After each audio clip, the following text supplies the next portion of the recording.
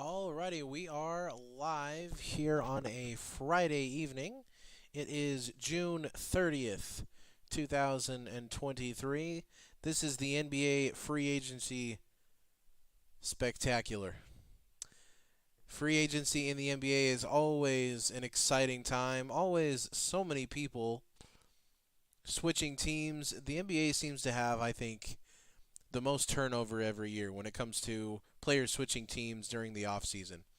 And this opening night, it's crazy how much activity there is in one night. But I'd like to thank everybody for joining live, or if you are watching this on repeat, I do appreciate that as well.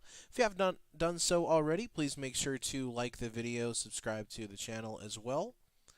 Share with those who you think may enjoy the content as well. I'm going to definitely try, now that I'm all settled into the new place, as some of you know I did move.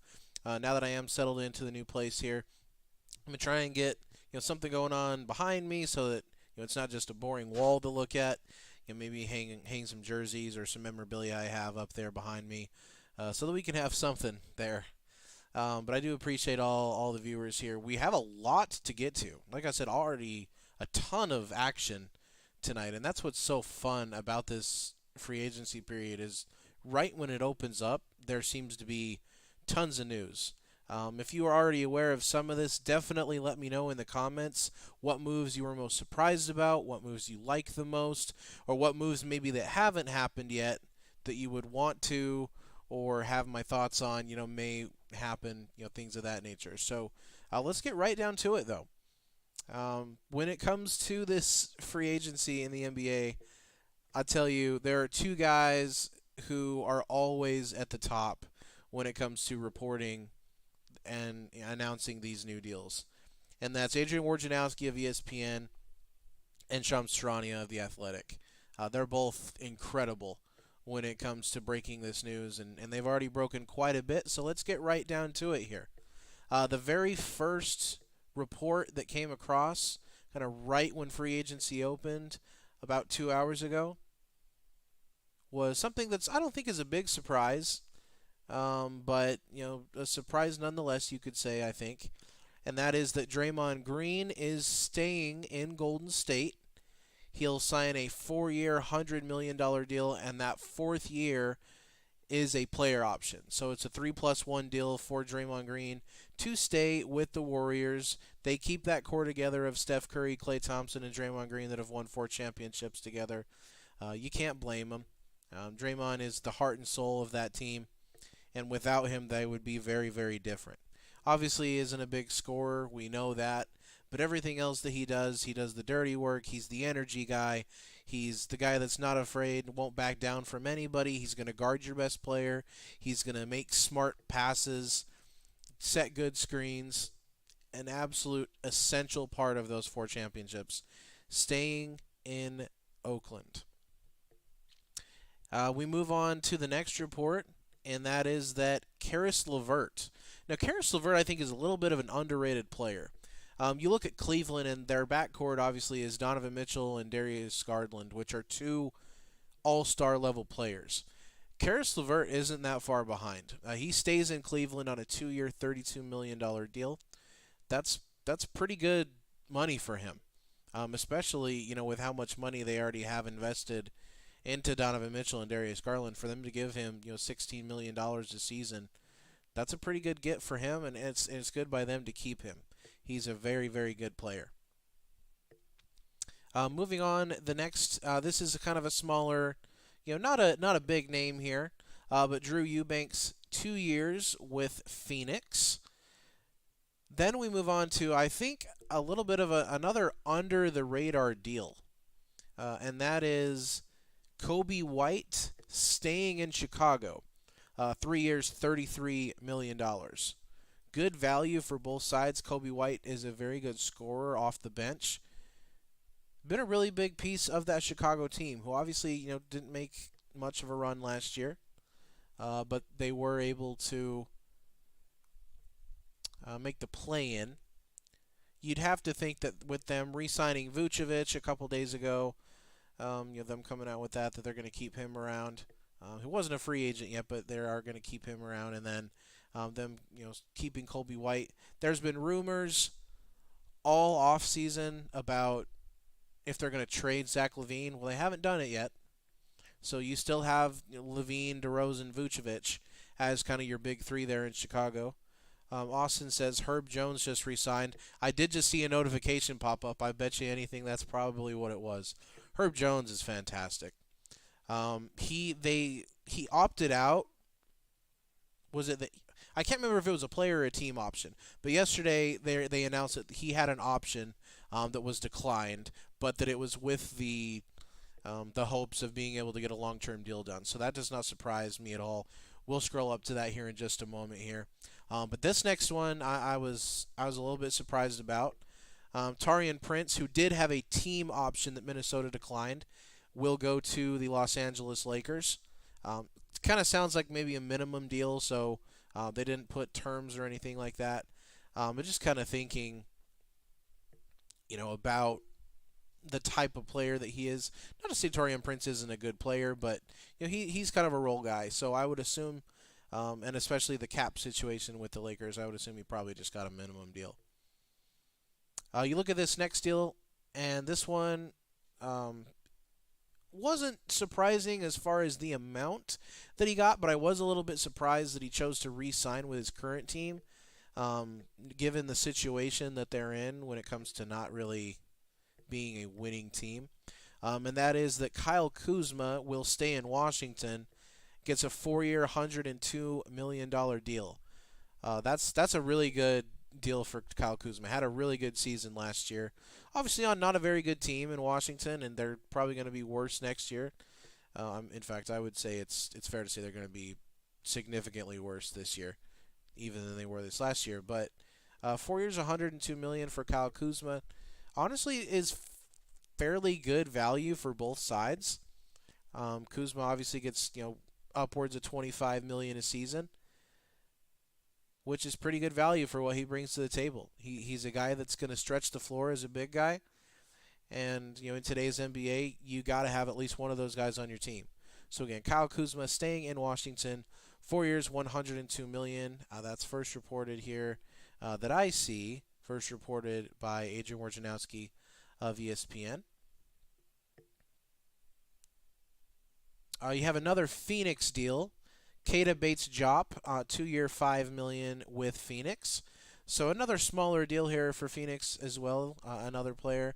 They also do sign Damian Lee on a 1-year deal to stay in Phoenix as well. And then you also look... I did find the Taurean Prince deal from earlier. I did find an amount on that. It is going to be 1 year's $4.5 million. So yeah, a smaller deal around the veteran minimum there for Taurean Prince. Now, to me, so far, this has probably been the biggest surprise that I've seen, and that's Bruce Brown, who was a key part of that finals run, the championship run that Denver just made, going to Indiana and getting paid. 2 years, $45 million. That's a lot of money. Now, Indiana is one of the teams in the league that had the most cap space, so they definitely were able to go out and make this kind of a deal. But to see Bruce Brown get that much money was a little bit surprising, even with how good of a playoff run he did have. I mean, he was fantastic in the playoffs. There's no denying that. But to see him get, 2 years, $45 million is a lot. That's a lot of money. And to a team, I mean, I like what Indiana's doing. They are young. They are talented. They still, for now anyway, have Miles Turner. They still as well have, Buddy Hield for now. There's been obviously rumors forever about them potentially going to the Lakers. But you never know. You never know how that's going to turn out. But Indiana, a good, solid young team. We see what they do here over the next year or so. Jeremy Grant will stay in Portland on a 5-year, $160 million deal. Jeremy Grant is a good player. Don't get me wrong. That's a lot of money, though. 5 years, 160 is a lot to give Jeremy Grant. But, it really does seem like they're doing all they can to try and keep Dame around. That trade last year kind of had that written all over it, and you're trying to go get Jeremy Grant, and they were able to do it. So, trying to get as much talent around Damian Lillard as they can. And they do keep Jeremy Grant at 5 years, $160 million. Reggie Jackson, who didn't really play much in the playoffs at all, for Denver. If you remember, he did sign. He was bought out, and then he signed with the Nuggets, and really didn't play almost at all actually in the playoffs. So, but he will stick around in Denver. 2 years, $10.25 million, and that second year is a player option, so a 1-and-1 deal for Reggie Jackson. Javon Carter will leave Milwaukee and will sign in Chicago. 3 years, $20 million. Good solid point guard off the bench. I mean, he can start too. He has started in spots. But a good solid point guard. I do like Javon Carter. He's a good player. Suns, another smaller deal. Chimezie Metu on a 1-year deal. Most likely, again, I would assume probably the minimum. Now, this is another one that really surprised me. Georges Niang. Georges Niang had a very good playoffs. He was very good for Philadelphia last year. But they let him go. 3 years, $26 million. He goes to Cleveland, reunites with Donovan Mitchell. They were teammates in Utah. Pretty good friends, and they will play together again in Cleveland. 3 years, $26 million. Georges Niang, a guy that was undrafted at Iowa State, has really carved out a really good career for himself. A guy that can stretch the floor. A guy that really has improved defensively. That was the biggest knock on him when he was in Utah, and the reason that they didn't bring him back. Me as a Jazz fan, I'm very, close to that situation. And I'll say as a Jazz fan, we didn't want him to come back because of how poor he was defensively. But he really does seem to have worked on that part of his game quite a bit. And he will bring some necessary stretch big and toughness and just a great locker room guy to Cleveland. So that's a very good signing for them. And good value as well. 3 years, $26 million. It's not a whole lot of money in today's NBA. Kyrie Irving will stay in Dallas. 3 years, $126 million. Now, I wasn't able to see anywhere if there is. Oh, there is right here. Shams says that there is a player option in that third season. So it's a 2-year deal with a third-year player option. Total can go up to $126 million for Kyrie Irving to stay in Dallas. Now, we heard some reports during this offseason that Kyrie has apparently reached out to LeBron saying, hey, I don't want to go to L.A. I like it here in Dallas, but would you want to come? I'd say it's a pretty long shot to see that actually happen. But, we'll never know. We won't really know until it happens, obviously. I don't see it happening. I don't see there really being any way, unless you're going to involve Luka in that trade, that it gets done. And if you're willing to trade Luka at that point and, go with Kyrie and almost 40-year-old LeBron James as your centerpiece, obviously they've won a championship together before, but giving up on Luka like that, I think would be pretty shocking. A guy that can be one of the faces of the league over the next decade, at least. Moving on to this next deal, and that is Chris Middleton, who did opt out of his player option, but he does stay in Milwaukee. Gets 3 years, $102 million with a player option in that third year. Not too surprising. I didn't really see Chris Middleton leaving. I thought really that more than anything, that was basically going to just be to re-sign, most likely for less money, to give them a little bit less money. I think his player option was around 40 million or so that he opted out of. So this way he gets around 33 or so, a million a season. Chris Middleton though, all-star. When he's healthy, he's fantastic. Jakob Poeltl will stay in Toronto, gets 4 years and $80 million, with that fourth year being a player option. Anytime we see multi-year deals, almost all the time there's going to be a player option in that final year of the deal. So that is something that if I don't specifically mention it, that doesn't necessarily mean that there's not one. And all the times, a lot of times when these are first reported, we don't know if there is a player option all the time, because it's kind of just coming across the wire deals. Cam Johnson, he agreed to a 4-year, $108 million deal to stay with the Nets, a guy that really flourished after that trade from Phoenix. Not that he wasn't a good player in Phoenix, but he and Mikal Bridges really, really showed how talented they were after that trade, getting bigger roles and bigger minutes. 4 years, $108 million for Cam Johnson, who was a restricted free agent. So he would have been able to go sign an offer sheet with somebody else, and Brooklyn would have had the opportunity to match if they wanted to. Before we continue with all these deals, just want to appreciate everybody tuning in live or anybody watching on repeat. I do very much appreciate the viewership. If you have not done so already, definitely make sure to like the video, depending on what platform you're on.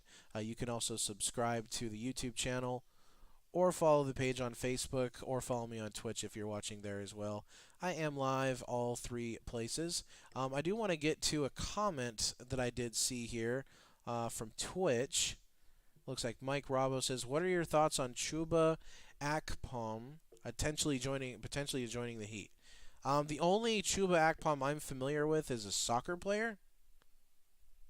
So I'm not sure if there is an NBA player by that name as well. I do apologize for not knowing that. But the only Chuba Akpom that I'm familiar with is a soccer player. So I'm not sure if he's that talented and can play in both professional soccer and the NBA. That's quite impressive. I do appreciate the question though. Any questions or comments you guys have on any of these deals that we've gone over, definitely feel free to leave a comment. I definitely appreciate your participation. It's kind of my favorite part of the show is when we do get comments and questions and things of that nature. So I do greatly appreciate that. Thanks for the question though, Mike. I do appreciate you doing that for me. Here we go. So we look in kind of continuing on after Cam Johnson's deal. The next one reported is going to be Tre Jones, the brother of Tyus Jones.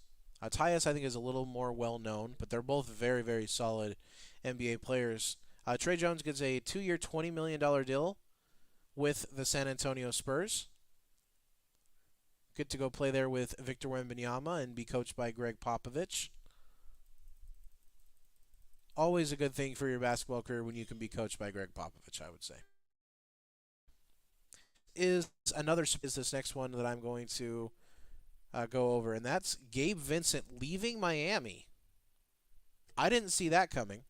I thought he carved out a really good role for himself in Miami. But he leaves Miami to go to the Lakers, and they will use essentially their entire mid-level exception to give Gabe Vincent a 3-year, $33 million deal. Undrafted guy, Gabe Vincent, who was a pretty big part of that finals run, to get Miami to the finals, especially, when Jimmy was kind of struggling at times, in spots. When Tyler Hero went out, Gabe Vincent was a really big part of that run to the finals that Miami had last year. So to see him leave like that I am pretty surprised by it. This next one I was a little bit surprised by as well, and that's Joe Ingles, who will leave Milwaukee. Coming off a torn ACL, had a pretty solid season with Milwaukee last year. But he'll leave Milwaukee after just one season. He's going to sign in Orlando, 2 years, $22 million. So a nice veteran to go along with that very, very young team in Orlando. That's a heck of a signing by the Magic. Yeah, I was a little surprised from Joe Ingles' perspective. I would think he probably would have wanted to go somewhere, contending to try and be part of a championship team. But you know what? Good on him for going to Orlando. Obviously, no state taxes when you make, especially when you're making that much money. I'm sure is a great incentive. So I think that's probably part of it. But to go be part of a young team and kind of be the veteran leader on a young team, I'm sure was a pretty appetizing thing. And I mean, Orlando's got a lot of really good young talent that at some point could potentially be very, very good. So good signing there, Joe Ingles to Orlando again, 2 years, $22 million. Yuta Watanabe leaves, and I probably just butchered. I've never pronounced his name correctly. Probably, I definitely know who he is, but he leaves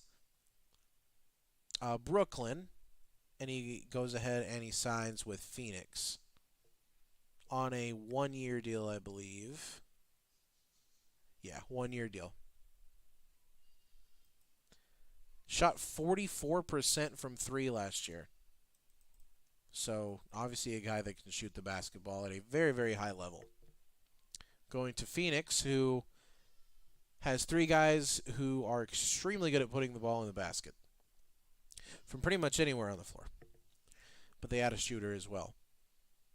Moving on, Shake Milton agrees to a deal with Minnesota. He gets 2 years, $10 million. Now, this is the one that Austin did mention a few minutes ago. And that was just because I was a little bit behind kind of going through the deals that already had come across earlier. And that is the Herb Jones signing. Again, he did have an option. He had a player option that he declined. And that was so that they could work out a long-term deal.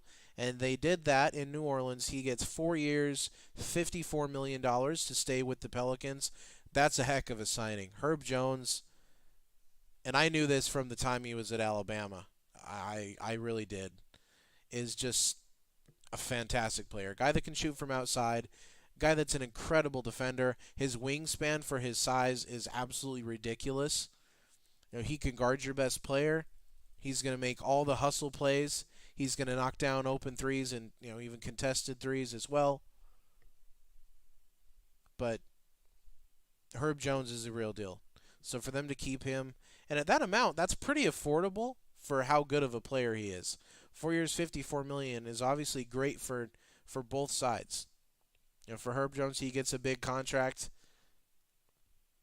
and from the New Orleans perspective, they still don't break the bank, keeping a very important part of their team in New Orleans. So heck of a signing there to keep Herb Jones.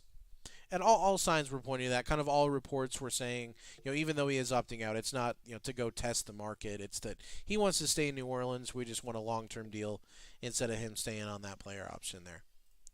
Kind of the same thing that which we haven't talked about yet because there's really not a deal in place, but and that is the fact that Jordan Clarkson opted in to his player option to stay in Utah instead of go test the market. There were a lot of people saying that he could have gotten anywhere between 20 to 25 million a year on the open market, especially with how good of a year he had. I mean, he's coming off his best season of his career statistically. But there are rumors now, after he opted in, that the Jazz and Jordan Clarkson are working on a 3-year extension. So that's something to watch out for here as well, as free agency does continue to unfold. Another deal here fairly recent. I think we're all caught up on most of these deals now, which is surprising because there was a lot of them. But we have Josh Richardson. He will go to Miami. He was drafted originally by the Heat. I do remember that. Back in 2015, I believe. But Josh Richardson will sign a 2-year deal with Miami. I've always liked Josh Richardson. He's been a very solid player everywhere that he's been. So far, that is, I think all the deals we've caught up on pretty much. We can definitely go and I'll check kind of the rumor mill, see if there's anything that's come across here while we've been going through this, apart from what we've already gone over. It looks like with Max Struess, they are working on a sign and trade for Max Struess to go to Cleveland. However, they're trying to find a third team to help orchestrate the deal. When you hear things like that, your first thoughts should probably go to teams like Oklahoma City, the Utah Jazz, or the Knicks. There are teams that are all going to have assets, especially draft picks, that could be included in some of those trades like that to try to kind of help facilitate things and also move things around cap wise, things of that nature. Teams with cap space. You could also probably throw Indiana in the mix as well as a team that could jump in, since they're a team that even after that Bruce Brown deal, still have some cap space. But hey, anything you guys want to talk about? Any questions you guys have about free agency or about anything else? Obviously, baseball season still right in the swing of things. We're getting closer and closer to NFL training camps, college football. Anything you guys want to talk about? This obviously, tonight is mostly about NBA free agency. But anything you guys want to talk about NBA wise, whether you want to talk about signings or trades, potentially that may happen. I'm definitely open to your comments as always. They're very much welcomed and appreciated.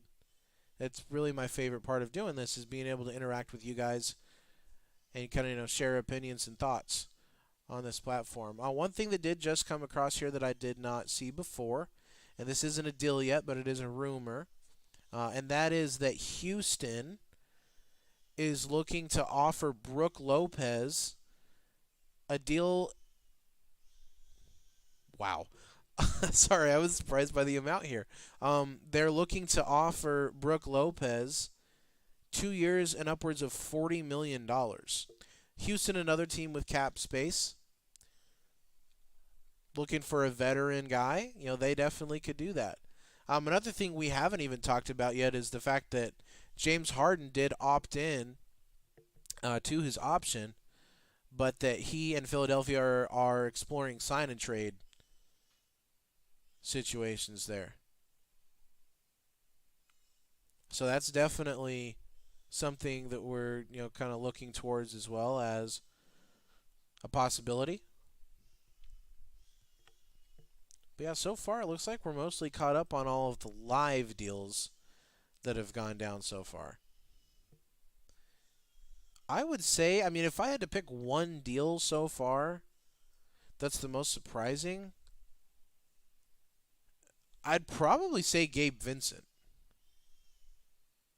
The fact that the Lakers were able to pry him away from Miami, a team that probably could have given him that 3 years, $33 million without a problem. You can go into the luxury tax if it's to re-sign your own players. So they definitely could have offered him, more money than that. Whether it's that they just weren't willing to, or whatever that might be, it's definitely one that surprises me. Again, he was such a big part of their run to the finals. I don't know. He just seemed like a perfect Miami guy. They seem to find those undrafted players, but it really looks like both Struess and Gabe Vincent are probably on their way out the door in Miami.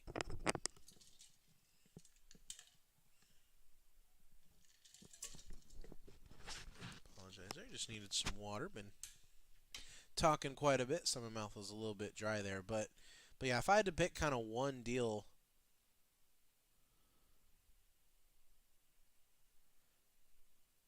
Okay, so we have another comment here from Austin. He says, "What do you think of the Giannis reports? Apparently, he's on a trade watch, kind of like Luka. Really, really. I gotta find this now. Yeah, Ian Begley. That's a very legitimate source. It's worth noting that several teams are keeping an eye on the future of Giannis Antetokounmpo. Antetokounmpo is eligible for an extension with Milwaukee this summer.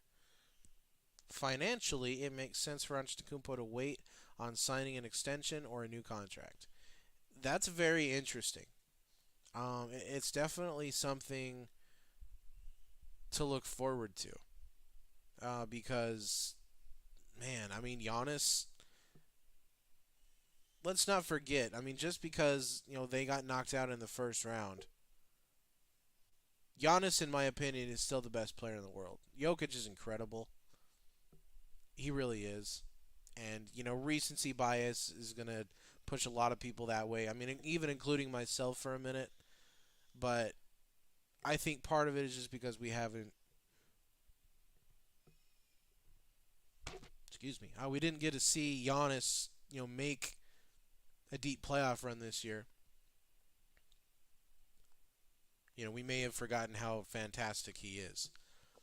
But that's a really big thing to keep an eye on. What's I think interesting about this as well is Ian Begley is a Knicks writer. He mostly covers. Apologize, you guys. He mostly covers the Knicks and the Nets. So he's a New York-based guy.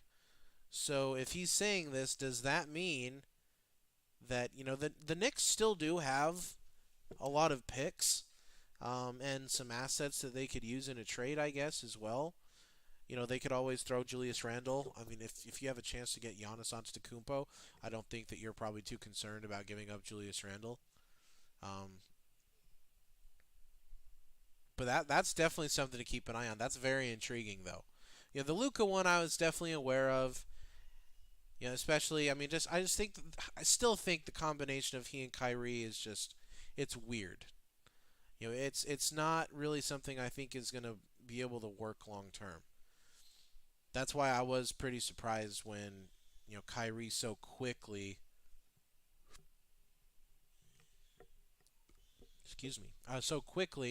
decided to re-sign with Dallas. So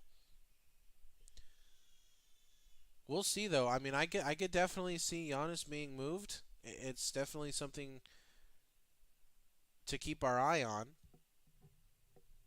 But I mean, if you look around the league, it's if it were going to be a trade, it would have to probably be a three-team trade. It's going to have to be a big one. So it's just weird trying to imagine Giannis in a different uniform other than Milwaukee. But I mean, it's funny. He's hinted at it a couple times, like that. He might leave at some point. He was able to obviously win a championship with Milwaukee. Was kind of the kind of I would say the turning point a little bit in kind of his attitude about I want to stay here forever. But that's very interesting. I didn't see this. This was just from earlier today that Ian Begley did say that. So we'll see. We'll see what happens. But Giannis on the move again. I feel a little bit torn about that because I definitely think it'd be weird to see him in another uniform. But depending on how long they want to keep that core together, Middleton, Drew Holiday, Brook Lopez. I mean, we just talked about a couple minutes ago. Brook Lopez may be on the move. If Houston's going to throw that much money at him, I think it'd be a little silly to not at least entertain the possibility. Thanks for the question and thanks for pointing that out to me. Also, I didn't ever see that. Definitely something to keep in the back pocket there. So it did just come across here with Josh Richardson's 2-year deal to go to Miami. That second year is going to be a player option. I still haven't been able to find terms on that deal yet. Let me see if I can find terms on it. It is definitely going to be 2 years, but Looks like Kevin Love is also coming back to Miami. Not sure how happy I'd be about that one as if I were a Heat fan.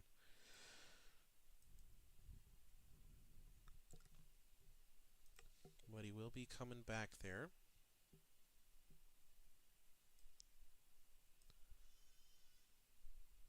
Man, ESPN today had a lot of people get laid off. A lot of pretty marquee guys getting laid off there, men and women. So it's a tough time there. ESPN kind of making a lot of cutbacks. So my timeline on Twitter is full of a lot of reports about that as well. A lot of sports anchors, very talented ones, are going to have new jobs here, hopefully very soon. But yeah, any other questions or comments you guys want to throw in there? We've been going about 40 minutes now. We're caught up on most of the deals that have already gone down tonight. Obviously, this is going to go deep into the night and through the whole weekend here. I do remember this. This is always a fun memory for me as a Jazz fan. It definitely isn't wasn't fun at the time, but I remember 4th of July was the day that Gordon Hayward made his free agency decision a few years ago when he was choosing whether he wanted to stay with the Jazz or go to Miami or Charlotte or Boston. And I remember I was convinced he was going to stay. I was like, Gordon Hayward's not leaving. He's going to stay. He likes it here in Utah. We can give him the most money, all these things like that. What does he do? On the 4th of July,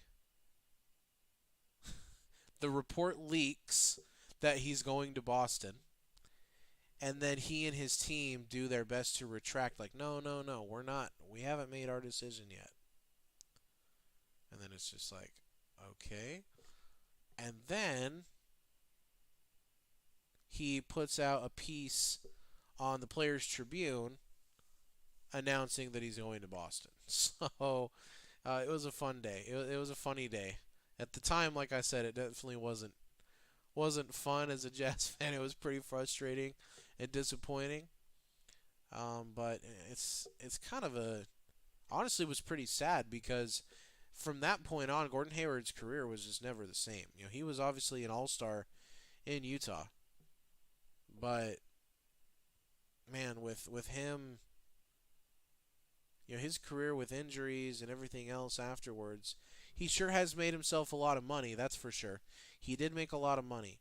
But as far as talent and success-wise, just not the same player. I was able to see him play live in Charlotte this year. I went to the Charlotte and Utah Jazz game here. That's where I live, is in Charlotte. And, that was the first time I'd seen Gordon Hayward play in person since, his really good, most talent portion of his Jazz years. And it was just a complete 180 from where he was. So this time always kind of brings back those memories of Gordon Hayward's decision and things like that. The Jazz obviously don't really usually sign a lot of free agents, so that is usually what ends up happening is, our guy ends up leaving in free agency. Unfortunately, that just is the case. All right, everybody. Well, I do want to appreciate and thank everybody that has been watching live here.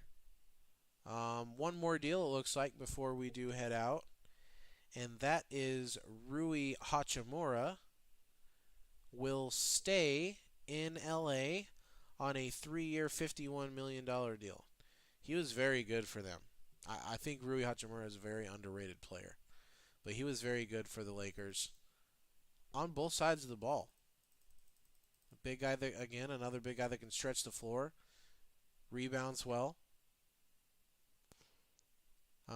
More Lakers movement. I don't even get done talking about the Rui Hachimura deal yet.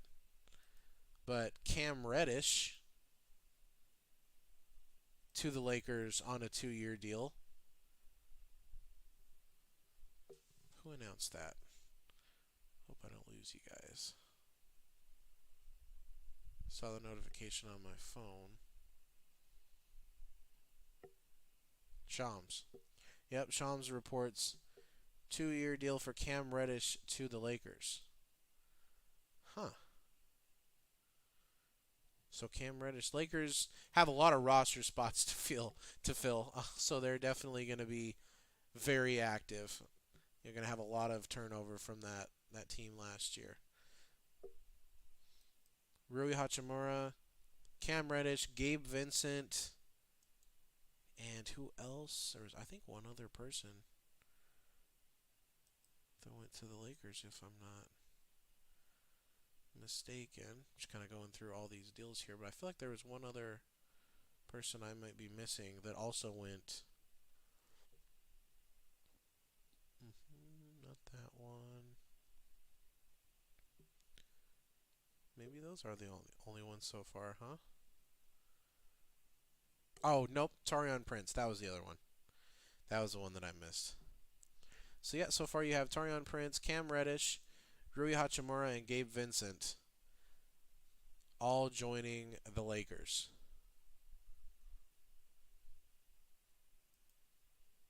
Man, just as I decide we're gonna hop off of this thing, keep getting all these flurry of deals that have come through. Adrian Wojnarowski of ESPN says free agent forward Julian Champagne, I believe. Julian Champagne is finalizing a deal with the Spurs. Doesn't give any terms on it. I'd assume most likely a minimum or close to it deal there for Julian Champagne. But it's going to be like this all throughout the night and the weekend. There are going to be tons and tons of deals that are going to get done. Early on, it was pretty much everybody re-signing. It seemed like the majority of these free agents ended up re-signing, especially the bigger names, so far at least.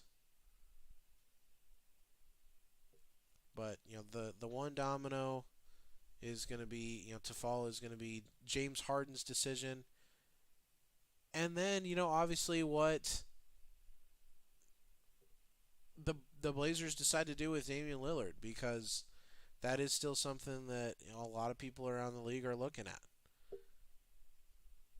Guys like Damian Lillard don't come around very often, especially to be able to potentially pick them up in a trade. So I'm sure that every team is doing their due diligence, especially after they drafted Scoot Henderson.